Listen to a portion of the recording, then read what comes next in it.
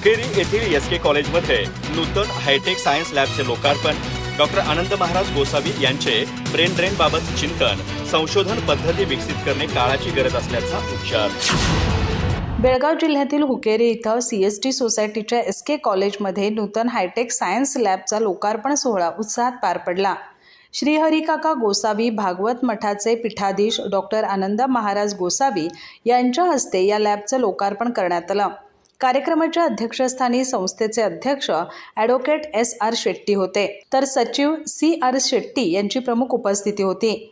यावेळी बोलताना डॉक्टर आनंद महाराज गोसावी यांनी सध्याच्या शिक्षण व्यवस्थेवर भाष्य करत भारताला वाढत्या ब्रेन ड्रेनचा गंभीर धोका असल्याचं स्पष्ट केलं।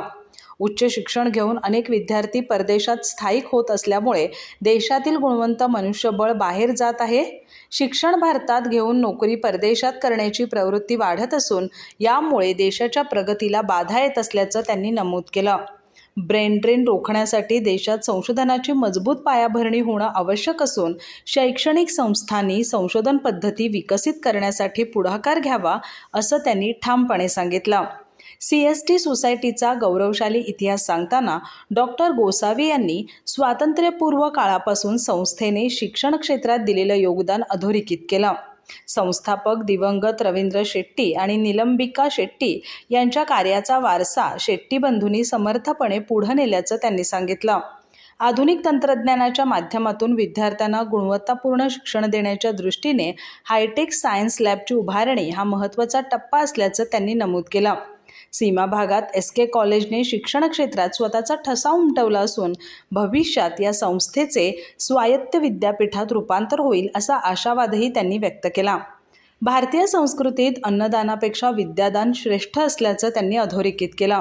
कार्यक्रमात संस्थेच्या वतीनं अध्यक्ष ॲडव्होकेट SR शेट्टी यांच्या हस्ते डॉक्टर आनंद महाराज गोसावी यांचा सत्कार करण्यात आला। यावेळी डॉक्टर प्राध्यापक सुनील देसाई, सीमा शेट्टी, डॉक्टर हडिगुंद यांच्यासह संस्थेचे सर्व संचालक उपस्थित होते। स्वागत CR शेट्टी यांनी केलं, तर प्राचार्य राघवेंद्र देशपांडे यांनी प्रास्ताविकात संस्थेच्या प्रगतीचा आढावा मांडला। सायन्स विभाग प्रमुख DM पनाळे यांनी आभार मानले। कार्यक्रमात सायन्स विभागाचे विद्यार्थी, शिक्षक आणि प्राध्यापक मोठ्या संख्येनं उपस्थित होते। अधिक माहिती आणि ताज्या घडामोडींसाठी आजच आमचे चॅनल सबस्क्राइब करा।